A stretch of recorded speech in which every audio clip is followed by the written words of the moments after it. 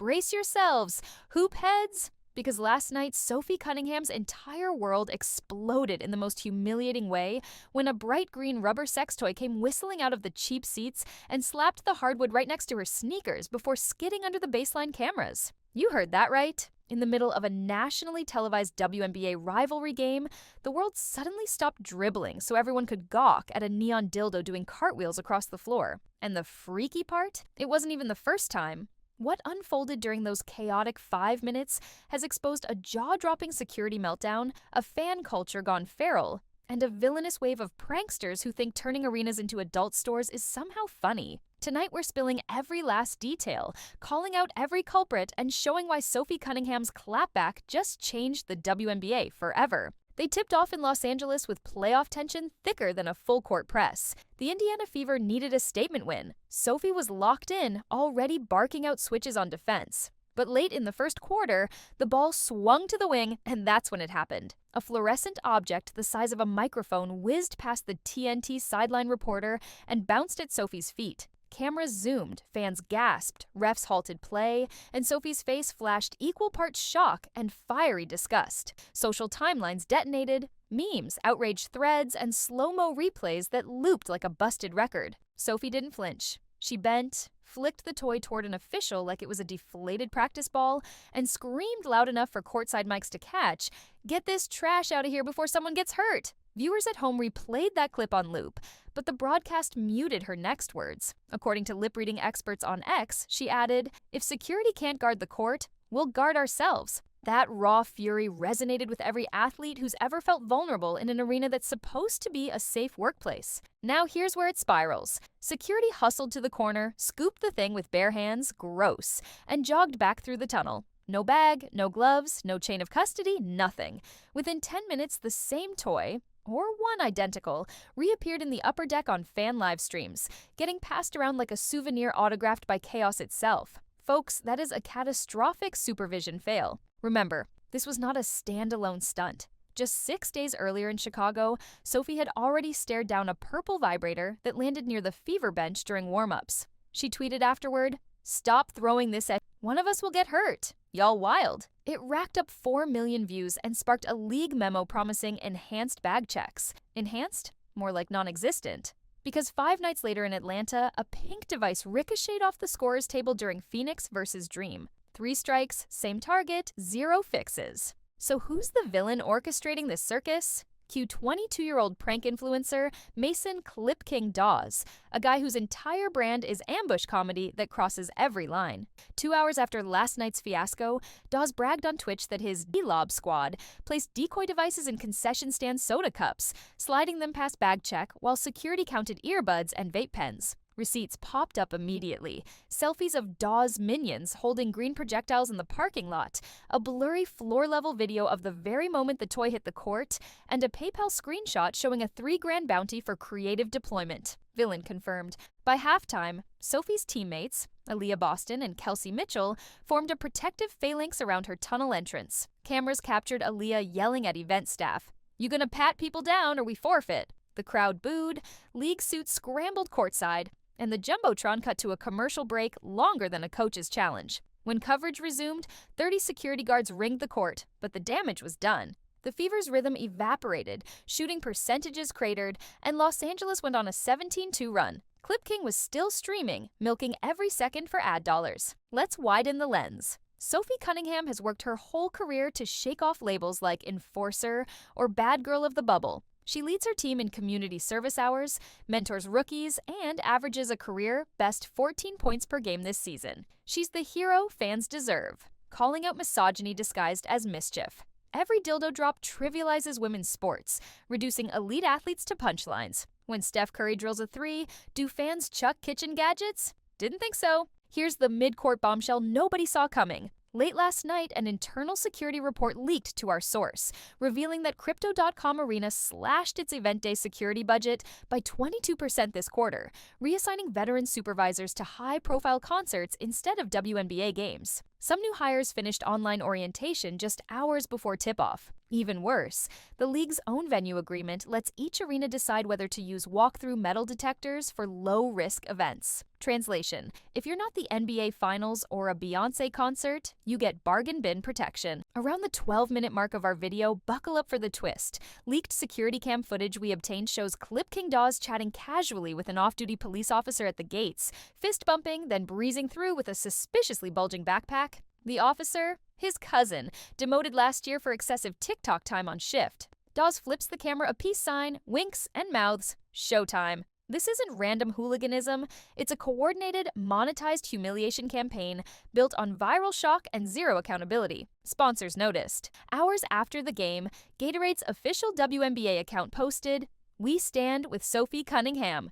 Athlete safety is non-negotiable." Nike retweeted. Kaiser Permanente echoed. Meanwhile, the league office issued a bland statement about reviewing protocols. Fans weren't having it. One viral reply snapped, "Protocols? How about metal detectors, lifetime bans, and lawsuits, Commissioner?" Another racked up 50,000 likes. Bet this never happens to LeBron. The disparity is undeniable. Inside the Fever locker room, Sophie addressed media with steely calm. No tears, no jokes. She said, "People bought tickets to see a basketball game, not Adult Superstore Live. If the league can't keep sex toys off our court, maybe we'll bring hockey sticks and clear the stands ourselves." The room went dead silent. Reporters hammered her with follow-ups, but Sophie only repeated, "Do better," then walked out. Flashback to Chicago. 8 minutes before tip, Sophie knelt to tighten her laces when stadium audio picked up snickers from a cluster of nosebleed seats. Suddenly, a purple gadget sailed downward, missing her head by inches and exploding against the hardwood. Officials halted warm-ups. Rather than shrink, Sophie stood tall at mid-court, tapping her chest 3 times, a silent message. "You can't break me." That gesture galvanized every young girl in the crowd. Social feeds flooded with hashtag #ShieldSophie memes demanding change. 2 nights later in Atlanta, the Dream had just cut the ribbon on a family night promotion. Mascots, cotton candy, halftime dance crews. Mid-second quarter, a pink silicone rocket bounced across the baseline dancers, knocking pom-poms aside. A parent's viral photo showed their toddler pointing at the toy asking, "Is that a whistle?" That single image sparked 50 news articles questioning whether WNBA arenas meet the same child-safe standards MLB enforces after foul ball injuries. Sponsors had no choice but to call emergency meetings. Beyond the court,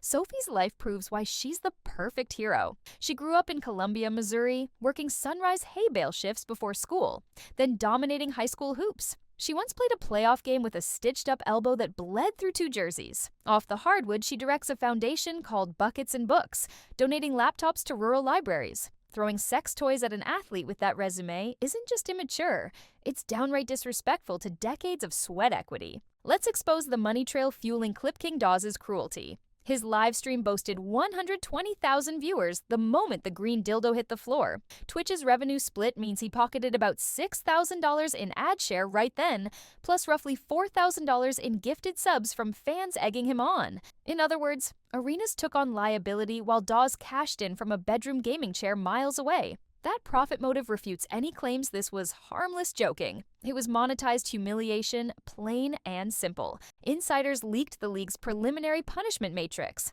Permanent bans for throwers, $250,000 fines for any influencer who orchestrates disruptions, and a requirement that every WNBA arena upgrade to NHL-style netting during dead balls until a long-term solution passes a board vote. Estimated cost, $8 million. Corporate sponsors already signaled willingness to foot half of that in exchange for brand-exclusive signage on the new safety nets. Irony alert. Villain sells outrage. Hero secures infrastructure. Sophie's agent confirmed they're exploring civil litigation, citing loss of endorsement opportunities. One wellness brand paused a pending commercial shoot, fearing association with adult content controversy. That's potential 6-figure damages directly tied to prankster misconduct. Clip King Dawes might laugh now, but civil court doesn't care about clout. Meanwhile, training staff suggested extra protective gear. Sophie refused. "I'm not suiting up like a hockey goalie to play basketball. Fix the environment, don't pad the athlete." That declaration trended for hours. Analysts calling it her Ali moment. Coaches Union is drafting a formal grievance citing unsafe working conditions. And with collective bargaining talks looming, safety clauses just leapfrogged salary bumps to priority number 1. So, what happens next? League sources whisper that an emergency governor's meeting is set for Friday morning. On the table, mandatory TSA-grade bag scanners, triple security staff, and a digital geofence blocking Dawes' signal within 2 miles of any arena. The conversation has shifted from incident response to systemic overhaul, proof that one audacious athlete can steer an entire league. Away from the bright lights, the emotional toll is real. Team psychologists say Sophie averages just 4 hours of sleep this week, jolting awake from slow-motion replays of objects flying at her face. Instead of hiding, she's turning insomnia into activism. At 3 a.m., she went live on Instagram, no makeup, explaining how every athlete carries invisible bruises from fans crossing the line. That raw stream reached 1.2 million viewers in 3 hours and raised $90,000 for anti-harassment training. One headline missed a heart-punch detail.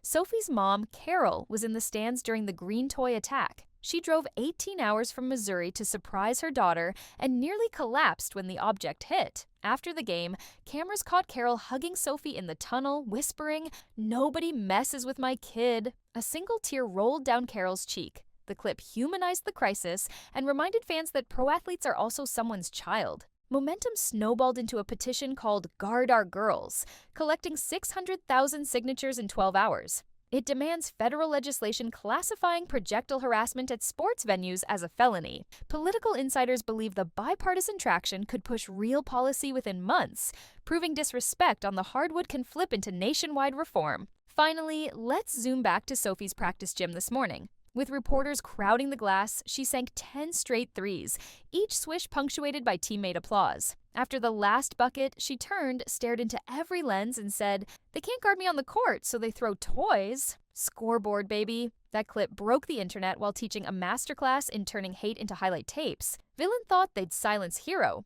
but ended up destroying their own legacy instead.